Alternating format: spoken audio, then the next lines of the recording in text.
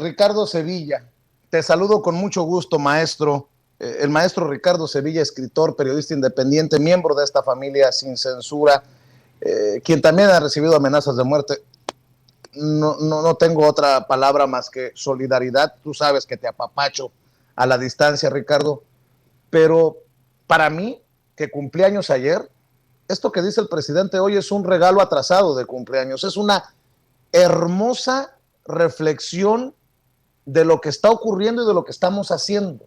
¿Cómo les duele lo que decimos en espacios independientes, mi querido Ricardo, como los tuyos, como este, sin censura, a esos conservadores que sí, habrá más de uno que nos quisiera ver en ese ataúd que nos están circulando a muchos compañeros? ¿Cómo ves estas palabras del presidente?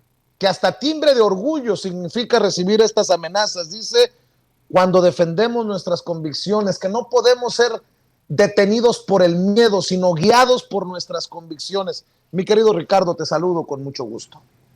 Muchas gracias, querido Vicente. Un gusto saludarte también de regreso y agradezco la solidaridad ante estos mensajes, ante estas bravatas que son definitivamente pues algo que no hay que dejar pasar, pero yo no las tomaría tan a la ligera.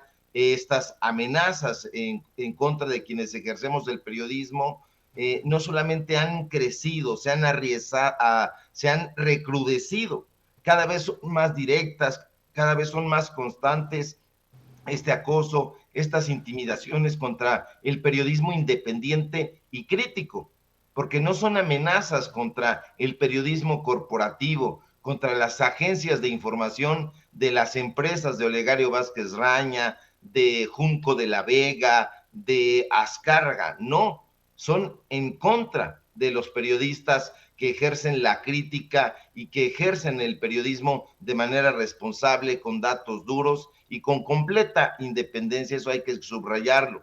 Y de un tiempo a la fecha, las agresiones verbales han crecido y, como en tu caso, querido Vicente, ya se han traducido infelizmente en ataques físicos, como se probó y se comprobó ante esta agresión que tuviste por parte de este sujeto farandulero.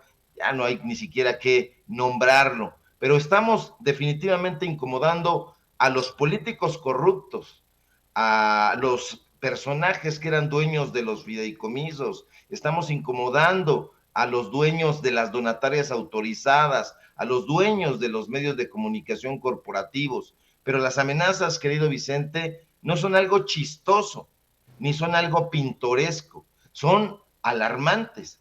Y no se trata, como aconsejan algunos, de encogerse de hombros y dejar pasar. Hay que enfrentarlo con vigor, como dice el presidente, y no amilanarnos, no achicarnos. Pero las autoridades tienen que hacer lo que les compete, cuidar, preservar la seguridad y la vida de los periodistas. Eso es su responsabilidad y hace muy bien el presidente López Obrador al decirlo. Nosotros, los periodistas, los informadores, los comunicadores, por nuestra parte, debemos hacer lo propio, es decir, continuar vigorosamente con nuestra labor informativa, pero al mismo tiempo debemos denunciar ante las autoridades competentes estas amenazas de inmediato.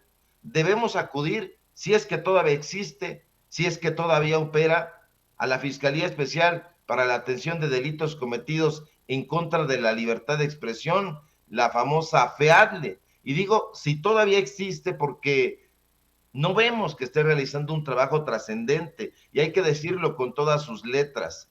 También debemos acudir, si fuera el caso, a la Comisión de Derechos Humanos, a la Fiscalía General de la República, donde lamentablemente vemos borrado ahí el trabajo que se supone que deberían de estar realizando. Tienen que hacer su chamba, Vicente, tienen que hacer su trabajo, tienen que dar órdenes para que se realicen las indagatorias contra los delitos cometidos en contra de comunicadores, de comunicadoras. Yo recuerdo que esta Fiscalía Especial para la Atención de Delitos Cometidos contra la Libertad de Expresión fue creada allá en épocas de Calderón por recomendación de la ONU.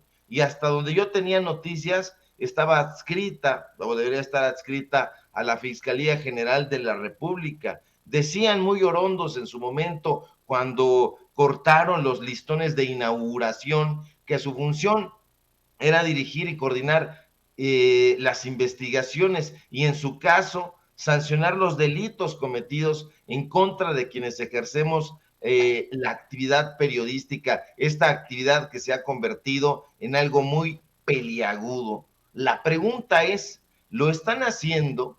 Y si lo están haciendo, que nos expliquen, porque sencillamente no lo vemos. Si lo están realizando, que nos expliquen qué es lo que están realizando de manera puntual. Ahí también como periodistas debemos cuestionar.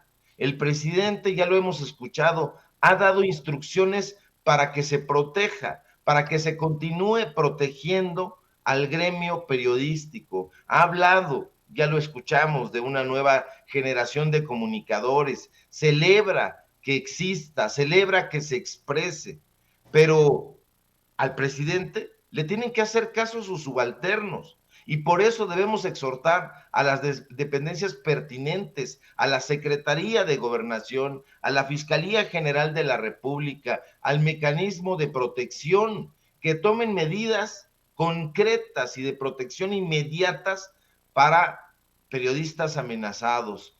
Esa es su labor, esa es su chamba. No podemos seguir padeciendo a estos delirantes intentos de acallar a periodistas, insisto, periodistas independientes, no periodistas corporativos. Todos los días vemos crecer esta ola de agresividad en contra de la libertad de expresión y ya se han olvidado completamente de la argumentación, ya se han olvidado del intercambio de ideas, de la polémica. Nada de eso les parece interesante y a decir verdad, nunca les interesó.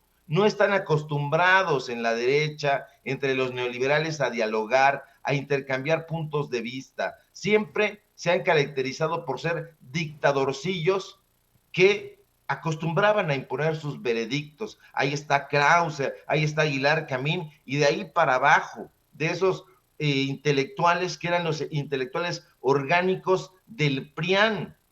Pero como ahora, en este momento tan importante de la historia de México, han sido vencidos por esta nueva generación de periodistas, pues ya están desesperados, están rabiosos y ávidos de venganza contra quienes habían considerado, Vicente, público memorioso, que éramos personajes de poca monta y han acudido a esta estrategia virulenta de intimidación. A diario vemos en redes sociales que alguien llamó por teléfono a un colega, a una colega para amenazarle. Una y otra vez observamos en las redes sociales que algún perfil falso o incluso algún personaje real, ya sea político o farandulero, salen a decir que se porten bien, que se cuiden por donde caminan, que ya saben quiénes son, correos electrónicos amenazantes, mensajes de texto por Messenger o por WhatsApp, son el trago amargo que todos los días tenemos que bebernos como una cicuta en nuestro gremio y se tiene que acabar. Tenemos que terminar, Vicente, con esta espiral de agresividad. No más amenazas hacia los periodistas libres y críticos por parte de la prensa corporativa y sus voceros. No queremos que se repitan nunca más las detenciones arbitrarias a periodistas por parte de la policía, tal como le ocurrió, por ejemplo, a nuestro amigo y colega Jesús Lemus, quien fue detenido, tú lo sabes muy bien, durante 3 años en una cárcel de máxima seguridad. Lemus molestó, entre comillas, Lemus incomodó, entre comillas, a Calderón, a García Luna, con artículos críticos. Hasta hoy, esos bribones no han sabido ofrecer una respuesta clara sobre cuáles fueron las razones para el arresto de Lemus. Insisto, Vicente, la violencia y los ataques contra periodistas han aumentado en cantidad e intensidad. Y yo no veo a la organización, por ejemplo, Artículo 19, defendiéndonos.